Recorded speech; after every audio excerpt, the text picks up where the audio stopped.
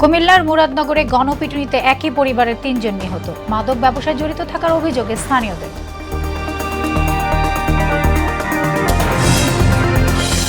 ঐকমত্য কমিশনের বৈঠকে বিচার বিভাগ বিকেন্দ্রীকরণ সহ ৩ বিষয়ে আলোচনা। রাষ্ট্র গঠনের সুযোগ নষ্ট করা যাবে না, মন্তব্য আলী রিয়াজের। চাংখারপুলে ৬ জনকে হত্যা মামলায় ৮ আসামির বিরুদ্ধে আজ অভিযোগ গঠনের শুনানি। ট্রাইব্যুনালে হাজির বরখাস্ত ওসি আরশাদ সহ ৪ আসামি। এবং পবিত্র আশুরাকে ঘিরে নিরাপত্তা হুমকি নেই বলছে ডিএমপি। তাজিয়া মিছিলে আনা যাবে না চাকু ও দাহ্য প্রধান।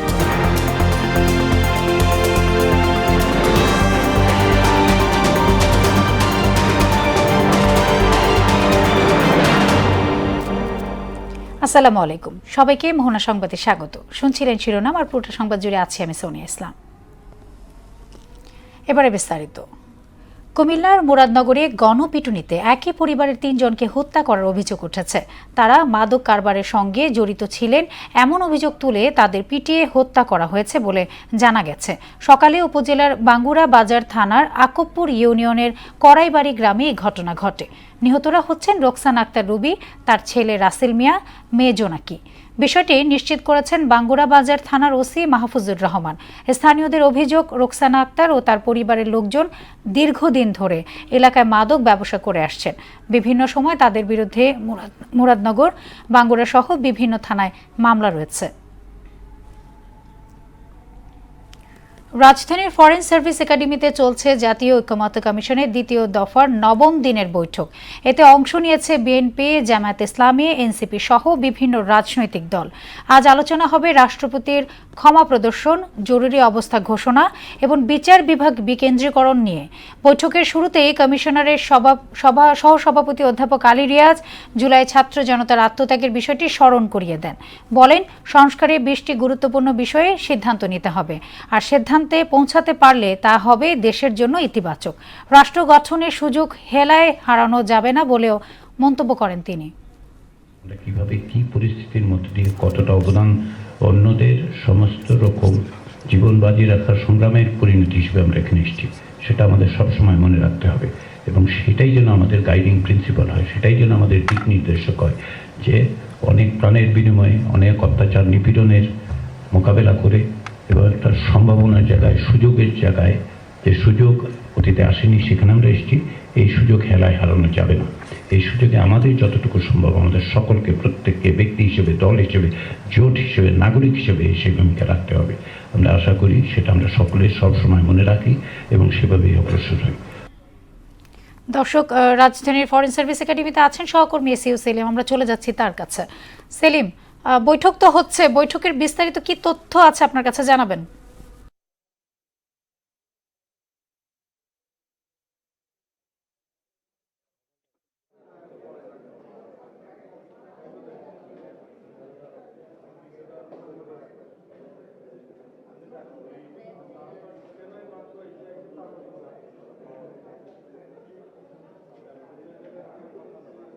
সোনিয়া, আপনি যেমনটি বলছিলেন যে আজকে ঐকমত্য কমিশনের ২য় দফার যে বৈঠক সেটির ৯ম দিন আজকে চলছে এবং আজকে সকাল 10:30 কিন্তু এই বৈঠকটি শুরু হয়েছে। বৈঠকে যথারীতি বিএনপি, জামায়াতে ইসলাম সহ যে অংশীজন দলগুলো রয়েছে তারা সবাই অংশগ্রহণ করেছে এবং আজকের বৈঠকে সভাপতিত্ব করছেন জাতীয় ঐকমত্য কমিশনের সহসভাপতি অধ্যাপক আলী রিয়াজ এবং তিনি, আমরা দেখছিলাম যেমনটি বলছিলেন যে আজকে আসলে তিনি বেশ কিছু বার্তা দিয়েছেন, বিশেষ করে ঐকমত্যে পৌঁছানোর জন্য এবং জুলাই সনদ দ্রুত দেওয়ার জন্য তিনি কিন্তু বেশ কিছু প্রস্তাব আজকে তিনি দিয়েছেন এবং তিনি যথারীতি বলছেন যে আসলে রাজনৈতিক দলগুলো ঐকমত্যে না পৌঁছালে জুলাই অভ্যুত্থানের যে মূল চেতনা, সেই চেতনা আসলে দেশ গঠনের ক্ষেত্রে আসলে এটি পুরোপুরি কাজে লাগবে না এবং তিনি রাজনৈতিক দলগুলোর কাছে যে 20টি বিষয় নিয়ে এই ঐকমত্য কমিশনের বৈঠক চলছে সেই 20টি বিষয়কে গুরুত্ব দিচ্ছেন যথারীতি এবং আজকে নতুন কোনো বিষয় উত্থাপিত হয়নি। যে 20টি বিষয় নিয়ে আলোচনা চলছিল সেই 20টি বিষয়ের মধ্যেই তিনি অনেকগুলো বিষয় যেগুলোতে ঐকমত্য পৌঁছানো যায়নি সেই বিষয়গুলো নিয়ে আজকে আলোচনা করছেন এবং তিনি রাজনৈতিক দলগুলোর প্রতি আহ্বান জানিয়েছেন যে বিষয়গুলোতে এখন পর্যন্ত ঐকমত্য পৌঁছানো যায়নি সেই বিষয়গুলোতে ঐকমত্যে আসার জন্য রাজনৈতিক দলগুলোকে, তাহলেই হয়তো আমাদের এই জুলাই মাসের মধ্যে যে জুলাই সনদ, এনসিপি সহ অন্যান্য রাজনৈতিক দলগুলোর যে দাবি, সে দাবিটি পূরণ করা সম্ভব হবে। এবং একই সঙ্গে রাষ্ট্র সংস্কারের যে বিষয়টি তিনি বলছেন যে এই যে সংস্কার কাজ চলমান, সেই সংস্কারকে বাস্তবায়ন করার জন্য এই যে সুযোগ এসেছে রাষ্ট্রের কাছে, জনগণের কাছে, সেই সুযোগটি হেলায় না হালানোর জন্যই তিনি আসলে আহ্বান জানিয়েছেন। এবং রাজনৈতিক দলগুলো বলছেন যে আসলে তারা পর্যায়ক্রমে কিন্তু ঐক্যমত্যে পৌঁছানোর চেষ্টা করছেন, তারা বিভিন্ন বিষয়ে আলোচনা করছেন, নিজেদের মত দিচ্ছেন এবং শুনছেন। এর মধ্যেই যুক্তিতর্কের মধ্যেই কিন্তু আসলে ঐক্যমত্যে পৌঁছানো যাবে। এবং আজকে যথারীতি আমরা দেখছি যে সকাল 10:30 বৈঠক হয়ে এখন পর্যন্ত বৈঠকটি চলমান রয়েছে এবং বৈঠকের কিছুক্ষণের মধ্যে আমরা জানতে পেরেছি যে প্রথম যে বিরতি, সেই বিরতি হবে এবং বিরতির পরপরই কিন্তু এখানে যে রাজনৈতিক দলগুলোর নেতৃবৃন্দ যারা আজকে অংশগ্রহণ করেছেন তারা এসে এখানে কথা বলবেন, তারা কি কি বিষয়ে আজকে বৈঠকে নতুন করে একমত হয়েছেন এবং কোন কোন বিষয়গুলো এখনো একমত হতে পারেনি সেই বিষয়ে তারা একটু পরে আমাদেরকে জানাবেন। সোনিয়া। সেলিম, আপনাকে ধন্যবাদ।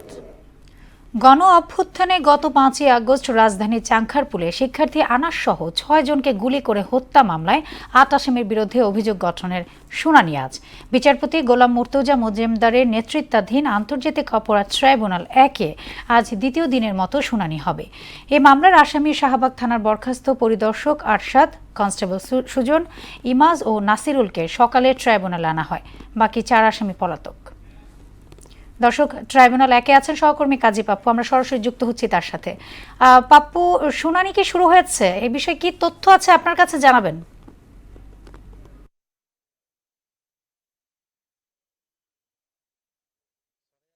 শুনানি শুরু হয়েছে, শুনানি ঠিক 12:10 শুরু হয়। আর আপনারা জানেন যে আপনি যেরকমটি বললেন যে গত 29 জুন আসলে এই মামলার যারা প্রসিকিউশনের পার্টের যে কথাবার্তা সেগুলো কিন্তু প্রসিকিউশন শেষ করেছিলেন এবং তিনি ট্রাইব্যুনালকে বলেছিলেন যে বিচার কার্যক্রম শুরু করার জন্য, অর্থাৎ বিচার কার্যক্রমটি চালানোর জন্য। কিন্তু তখন আসামি পক্ষের যারা আইনজীবী ছিলেন তারা আসলে বলেছিলেন যে তাদের আসলে এখনো হোমওয়ার্কটি করা হয়নি কেস ব্যাপারে, তাই তারা কিছুদিন সময় চেয়েছেন, সেই সময়টি দেওয়া হয়েছে এবং সময়টি দেওয়ার পর আজকের দিন ধার্য করেছিল তাদের পক্ষে কথা শোনার জন্য। এবং আসামি পক্ষের আইনজীবীরা এখন কিন্তু তারা তাদের সাবমিশন রাখছেন। প্রথমে আরশাদ হোসেনের আইনজীবী সাবমিশন রেখেছেন, তিনি চেয়েছিলেন তাকে ডিসচার্জ করাতে, যেখানে তিনি সাবমিশনে বলেছেন, চেয়ারম্যানকে, ট্রাইব্যুনালকে বলেছেন একটা কথা যে 11 জন পুলিশ সাক্ষী গ্রহণ করেছেন তারা, সেই 11 জন পুলিশে কিন্তু এখানে আরশাদের যে সম্পৃক্ততা সেটা সেভাবে উল্লেখ করেনি। অর্থাৎ আরশাদের উপরে যে এলিগেশনটি এনেছেন প্রসিকিউশন টিম তদন্ত রিপোর্টে, সেখানে বলা হয়েছে তিনি ঈশা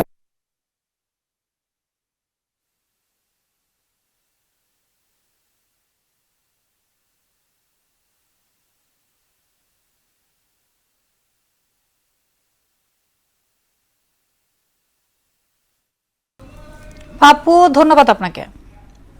পবিত্র আশুরার তাজিয়া মিছিলকে কেন্দ্র করে কোনো শঙ্কা নেই, নেওয়া হয়েছে পর্যাপ্ত নিরাপত্তা ব্যবস্থা, জানিয়েছেন ডিএমপির ভারপ্রাপ্ত কমিশনার সারওয়ার হোসেন। সকালে পুরান ঢাকার হোসাইনি দালান পরিদর্শনে গিয়ে তিনি এ কথা বলেন। সেখানে শিয়া সম্প্রদায়ের নেতাদের সঙ্গে মতবিনিময় করেন ডিএমপির কর্মকর্তারা। পরে সারওয়ার হোসেন জানান, ঢাকা শহরে শিয়া সম্প্রদায়ের প্রতিটি ধর্মীয় প্রতিষ্ঠানের প্রবেশ গেটে বসানো হয়েছে আর্চওয়ে, মেটাল ডিটেক্টর দিয়ে তল্লাশি করা হবে শরীর। তাজিয়া মিছিলে দাহ্য পদার্থ ব্যবহার করা যাবে না, আনা যাবে না চাকু বা কোনো দেশীয় অস্ত্র। রাস্তায় তাজিয়া বা সবকিছু অনুষ্ঠিত হবে, সে সকল রাস্তায় পর্যাপ্ত সংখ্যক পুলিশি ফোর্স মোতায়েন থাকবে। রাস্তার পার্শ্ববর্তী উঁচু ভবনসমূহে পোশাকে এবং সাদা পোশাকে পুলিশ মোতায়েন থাকবে। তাজিয়া মিছিলের সামনে, পিছনে এবং মধ্যবর্তী অংশে পুলিশের স্পেশাল টিম বা দক্ষ টিম মোতায়েন থাকবে। এই মিছিলে অংশগ্রহণকারীরা যেন আতশবাজি বা ফটকা ব্যবহার না করে। বান্দরবানের রুমা উপজেলার দুর্গম পাহাড়ে সেনাবাহিনীর অভিযানে কুকি চীন ন্যাশনাল আর্মি KNA-র কমান্ডার সহ 2 জন নিহত হয়েছে। নিহত অপরজন KNA সদস্য। এক সংবাদ বিজ্ঞপ্তিতে ISPR জানিয়েছে, অভিযানে 3টি SMG, একটি রাইফেল ও গোলা বারুদ উদ্ধার করা হয়েছে। অভিযান এখনও চলমান। জুলাই বিপ্লবের মাধ্যমে শুধু একটা সরকারের পতন হয়নি, দুঃশাসনের বিরুদ্ধে সংগ্রামের মাধ্যমে একটি ব্যবস্থার পতন হয়েছে। ঢাকা বিশ্ববিদ্যালয়ে আয়োজিত এক সেমিনারে এমন মন্তব্য করেছেন বক্তারা। বিদ্রোহ থেকে বিনির্মাণের 1 বছর, গণ অভ্যুত্থান, গণতান্ত্রিক সম্ভাবনা ও আমাদের দায় নিয়ে এই সেমিনারের আয়োজন করা হয়। জুলাই বিপ্লব উদযাপন, বিদ্রোহ থেকে বিনির্মাণ শীর্ষক এই সেমিনারে সূচনা বক্তব্য রাখেন সামাজিক বিজ্ঞান অনুষদের ভারপ্রাপ্ত ডিন তৈয়বুর রহমান। মূল প্রবন্ধ পাঠ করেন অধ্যাপক কাজী মারুফুল ইসলাম। কুষ্টিয়া সরকারি 250 শয্যার জেনারেল হাসপাতালে রোগীদের খাবার সরবরাহ 9/6-এর অভিযোগ উঠেছে ঠিকাদারের বিরুদ্ধে। মাথাপিছু রোগীদের জন্য 175 টাকা বরাদ্দ থাকলেও খাদ্য তালিকা অনুযায়ী খাবার পাচ্ছে না রোগীরা। আবার যা মিলছে তাও পরিমাণে কম এবং মানসম্মত নয়। অভিযোগ পেলে ঠিকাদারের বিরুদ্ধে ব্যবস্থার আশ্বাস কর্তৃপক্ষের। মিলন খন্দকারের প্রতিবেদন, জানাচ্ছেন সিফাত রহমান জেসি। কুষ্টিয়া সরকারি 250 শয্যা জেনারেল হাসপাতালে রোগীদের খাবার সরবরাহে অনিয়মের অভিযোগ উঠেছে ঠিকাদারের বিরুদ্ধে। রোগীদের যে খাবার দেয়া হচ্ছে তা পরিমাণে কম এবং মানসম্মত নয়। সপ্তাহে 3 দিন মাংস দেওয়ার কথা থাকলেও তা পান না রোগীরা। মাছ মাংস দিলেও তার পিচ হয় ছোট ছোট। আর লাউয়ের সাথে আলুর সবজি আর পানির মতো স্বচ্ছ ডাল দেয়া হচ্ছে রোগীদের, তাও আবার জোটে না অনেকের কপালে। তালিকা অনুযায়ী চিকন চালের পরিবর্তে দেওয়া হচ্ছে মোটা চালের ভাত। নাস্তাও আসে না সময় মতো। ওই তরকারি আমরা খেতে পারছি না, কারণ ও তরকারি একদমই কেমন পানি, টেলটেলি পানি। মাছের সাইজটাও অনেকটা ছোট, না দেওয়া মতো। খাবারের কোয়ালিটি ভালো না, তারপরেও স্বাদ হয় না, মানে রুচি হয় না। আমরা তো ধরেন রোগী মানুষ, এমনিতেই খেতে পারি না, তারপরে যে খাবারটা দেয় খাবারটা তো খাওয়া যায় না। দুর্নীতি করতে করতে করে সর্বনিম্ন পর্যন্ত আসে। খাবারের মান এতই নিম্ন যে খাওয়ার মতো কোনো অবস্থা নাই। হাসপাতালের বাবুর্চি জানান, তালিকা অনুযায়ী বুঝে নিয়েছেন রোগীদের জন্য খাবারের মাছ। ভালো মানের বড় মাছ দেওয়ার কথা থাকলেও বাজারে ভালো মাছ নেই, এজন্য কম দামের মাছ দিয়ে আজকে চালিয়ে নিচ্ছেন ঠিকাদার। এই বিষয়ে হাসপাতাল কর্তৃপক্ষ জানেন না বলেও জানান তিনি। সপ্তাহে 3 দিন মাংস দেওয়ার কথা, একদিন মাছ কম বলে এটা স্যাররা জানে। ওরা ভালো মাছ পায় না, ফোন দিল যে ভালো মাছ পায় না, মাছ নষ্ট না, ভালো মাছ না পাইলে আপনি শিডিউল অনুযায়ী যা আছে তাই দিন। খাবারের পরিমাণ কম স্বীকার করলেও মান নিয়ে অভিযোগ পেলে ব্যবস্থার আশ্বাস দিলেন পরিচালক। 175 টাকা দিয়ে 3 বেলা খাবার দিতে হয়, সেই হিসেবে হয়তো পরিমাণটা কম হতে পারে, কিন্তু খাবারের মান খারাপ। আমি এখনো পর্যন্ত এটা কারো কাছ থেকে, আমার ভিতরে রোগীদের কাছ থেকে অভিযোগ পাইনি। এটা আমি বলতে না, আমি এটা দেখব। হাসপাতালে রোগীদের খাবারে অনিয়মের অভিযোগ পেলে ঠিকাদারের বিরুদ্ধে তদন্ত করে ব্যবস্থা নেওয়ার কথা জানান সিভিল সার্জন। কোথাও যদি অভিযোগ পাই যে খাবারের মান ভালো না বা খাবারের পরিমাণ কম হচ্ছে, যদি আমরা তদন্ত করে দেখি যে সত্যিকারই আসলে খাবারের মান খারাপ দিচ্ছে, যারই থাকুক দায় থাকুক, তার বিরুদ্ধে আমরা ব্যবস্থা গ্রহণ করি। কুষ্টিয়া জেনারেল হাসপাতালে রোগীদের খাবারের জন্য মাথাপিছু 175 টাকা বরাদ্দ রয়েছে। সেই অনুযায়ী খাবার পাবার আশা হাসপাতালে ভর্তি হওয়া রোগীদের। সিফাত রহমান জেসি, মোহনা সংবাদ। বরিশাল শহরের 46টি খালের অধিকাংশই বেদখল। তাতে সামান্য বৃষ্টিতে অলিগুলি সহ ডুবে যায় প্রধান সড়ক। সমস্যা সমাধানে ড্রেন পরিষ্কার সহ খাল খননের উদ্যোগ নিচ্ছে সিটি কর্পোরেশন। SLT তুহিনের প্রতিবেদন, জানাচ্ছেন বুশরাত জাহান। বর্ষা মৌসুমে জলাবদ্ধতা বরিশালবাসীর নিত্যসঙ্গী হয়ে দাঁড়িয়েছে। সামান্য বৃষ্টিতেই পানিতে টইটুম্বুর হয়ে ওঠে শহরের একাধিক সড়ক। এতে হাঁটু পানি পেরিয়ে স্কুলে যেতে হয় শিক্ষার্থীদের। দোকানে পানি ঢোকায় লোকসানের মুখে ব্যবসায়ীরা। হাঁটুর উপরে পানি, কাঁচাইয়া অফিসে আওয়া যায় না, গাড়ি গুড়ি বন্ধ হয়ে যায়। নিচতলা যাদের বাসা আছে প্রত্যেকেরই বাসায় পানি উঠে যায়। এইটা যেটা নামতে আবার বৃষ্টি না হলে আবার 3-4 দিন সময় লাগিয়ে যায়। ড্রেনের পরিষ্কার থাকে না, ময়লা জমা থাকে, এর জন্য হয় পর্যাপ্ত রাস্তা উঁচা করা হয় না। লাকুটিয়া খাল শহর এবং বরিশাল সদর উপজেলা জুড়ে প্রায় এই খালটি রয়েছে 7 কিলোমিটার। তো সেই 7 কিলোমিটারের জায়গা থেকে কিছু কিছু জায়গায় খুব ময়লার অবস্থা খুব খারাপ, স্তূপ আকারে রয়েছে। পরিকল্পনা ছাড়া নগরায়নই এই জলাবদ্ধতার প্রধান কারণ বলে মনে করছেন সচেতন মহল। মাস্টার প্ল্যান ছাড়া একটি সিটিকে পরিকল্পিতভাবে গঠন করা যাবে না। যে সিটিটা হতে হবে ইকোসিস্টেম, হ্যাঁ, পরিবেশ বান্ধব একটি সিটি হতে হবে, কিন্তু আমাদের এই সিটিটা সেইভাবে গড়ে ওঠে নাই। খোদ সিটি কর্পোরেশনই বলছে, বিগত দিনে মাস্টার প্ল্যান অনুযায়ী নগর উন্নয়ন না হওয়ায় এখন নগর জুড়ে জলাবদ্ধতা দেখা দিয়েছে। জলাশয়ের কারণে জলাবদ্ধতা হয় না, কিন্তু বরিশালে উল্টা হয়েছে। তার এর পিছনে অনেক বড় একটা কারণ আসলে এই মাস্টার প্ল্যানটা অনুসরণ না করা, যেটার ফলে এখন আমরা হয়তো বৃষ্টিতে দেখছি যে আমাদের জলাবদ্ধতা হচ্ছে। তবে জলাবদ্ধতা নিরসনে ড্রেন পরিষ্কার ও খাল খনন সহ নানা উদ্যোগ নিচ্ছে সিটি কর্পোরেশন। সামনের দিনগুলোতে আষাঢ় মাস যেহেতু পুরোদমে আসবে, কোনো পানি যেন রাস্তায় না নেমে, এই জন্য আমরা ড্রেনগুলো পরিষ্কার করছি, ময়লা আবর্জনা পরিষ্কার করছি। রাস্তাগুলো সরেজমিনে ভিজিট করে আমার কেন জানি সন্দেহ হয়েছে যে রাস্তায় যেখানে জলাবদ্ধতা হয় সেখান থেকে পানি ড্রেনে যাওয়ার মতো পর্যাপ্ত স্পেস নাই। আমি তাৎক্ষণিক যে কাজটি করেছি সেটি হলো যে এই ড্রেনগুলোকে আমি পরিষ্কার করার ব্যবস্থা করেছি। 2010 সালের মাস্টার প্ল্যানে বরিশালে 46টি খাল খননের পরিকল্পনা ছিল। বর্তমানে এর মধ্যে মাত্র 3 থেকে 4টিতে পানি প্রবাহ দেখা যায়। বুশরাত জাহান, মোহনা সংবাদ।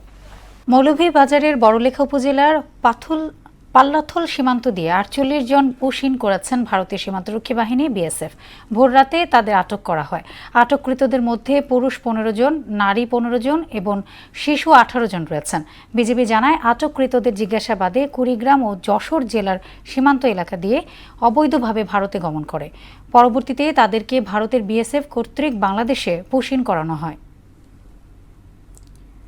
দেশ বিদেশে রাজবাড়ির গোয়ালন্দের ইলিশের সুখ্যাতি থাকলেও এখন পদ্মায় দেখা মিলছে না ইলিশের। এতে করে পরিবার পরিজন নিয়ে চরম বিপাকে পড়েছেন ইলিশ মাছের উপর নির্ভরশীল জেলেরা।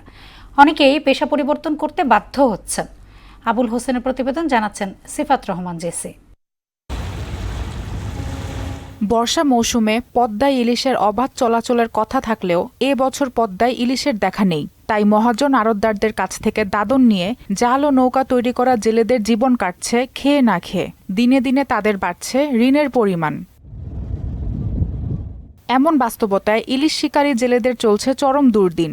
অনেকেই বিকল্প পেশায় চলে যাচ্ছেন। তাই দিন দিন পদ্মা নদীতে হ্রাস পাচ্ছে জেলের সংখ্যা। আমরা কিস্তি মিস্তি তুলে আমাদের আর জান বাঁচে না। এখন গাঙে বড় মাছ মারি, বড় মাছও পাওয়া যায় না। পাঙাশ, ইলিশ, কাতল এইগুলো আমরা মারি, গুড়ে মাছ আর মারবে পারি না। গাঙে কত ইলিশ পাচ্ছি, এখন ইলিশই নাই, এখন পাওয়াই যায় না। খুব কষ্টে চলতেছি আমরা। আরতদার কাছে টাকা পয়সা নিছি, এগুলি আরতদারের কাছে ঋণ হওয়া গেছে। ঋণ মিন আমরা কোনো সোজার ব্যাপার দিয়েছি না। তেল খরচ, সিগারেট, পান, বিড়ি, সিগারেট নিয়ে এখন ভাগিরে মাছ না ফেলে ভাগিরে চলে যায়। আমরা না হয়তো না, আমরা কোনোভাবেই চালা পারতেছি না।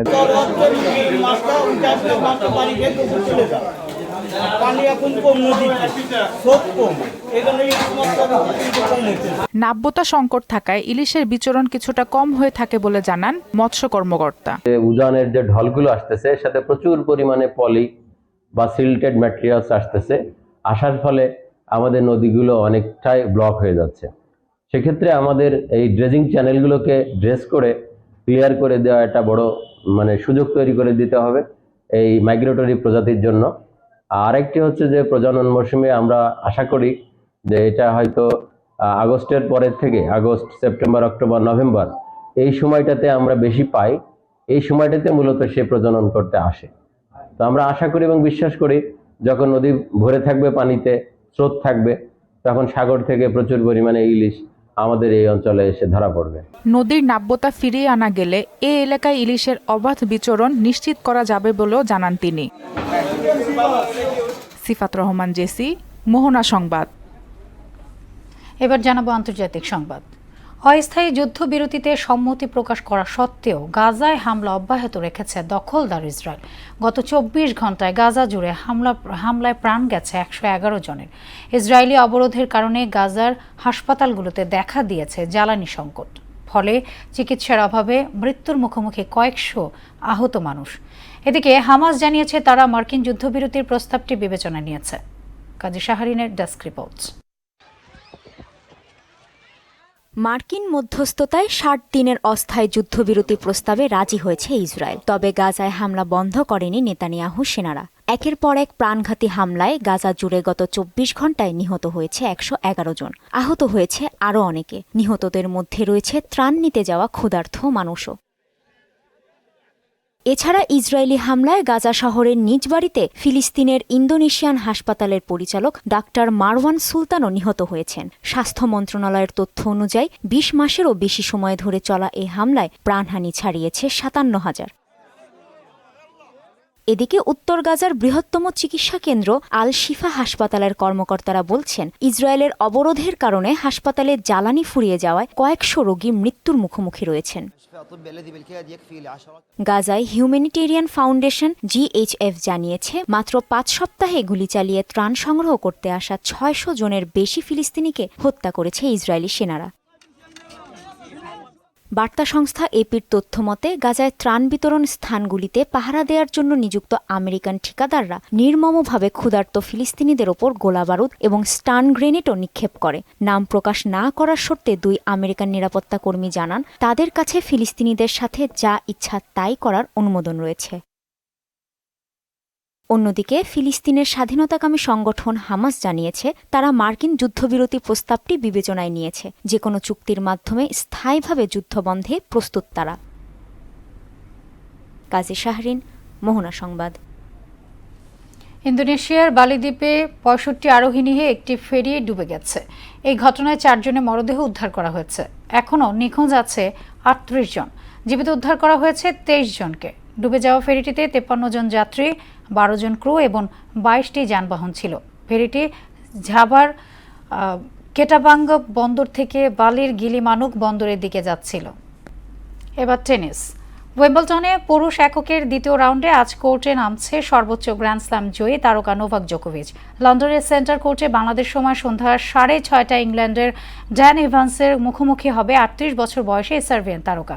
ক্যারিয়ারে 24টি গ্র্যান্ড স্ল্যাম জিতলেও ইভান্সের সঙ্গে সবশেষ 2021 সালের Monte Carlo Masters tournament round of 16-এ মুখোমুখি হন জোকোভিচ। ইভান্সের কাছে হেরে যান তিনি। এদিকে আজ রাত 9:20 সেন্টার কোর্ট অস্ট্রেলিয়া আলেকজান্ডার জুভিককে মোকাবেলা করতে নামছে 2025 অস্ট্রেলিয়ান ওপেন জয়ী ইটালিয়ান তরুণ তারকা ইয়ানিক সিনার।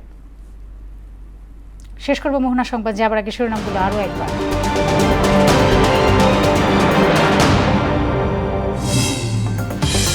কুমিল্লার মুরাদনগরে গণপিটুনিতে একই পরিবারের 3 জন নিহত। মাদক ব্যবসায় জড়িত থাকার অভিযোগে স্থানীয়দের।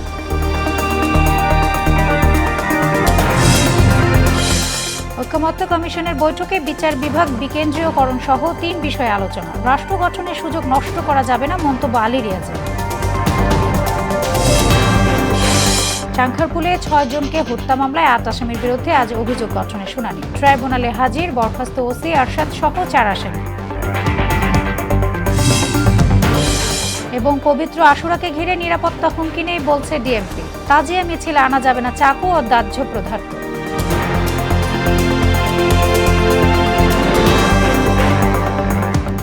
এই ছিল মোহনা সংবাদে। পরবর্তী সংবাদ বিকেল 5:30। এর আগে বিকেল 3টায় দেখবেন সংবাদ এক নজরে। মোহনা সবশেষ খবর জানতে ভিজিট করুন www.mohana.tv। সংবাদ দেখতে পারেন ফেসবুক, ইউটিউব। এতক্ষণ সঙ্গে থাকার জন্য ধন্যবাদ সবাইকে।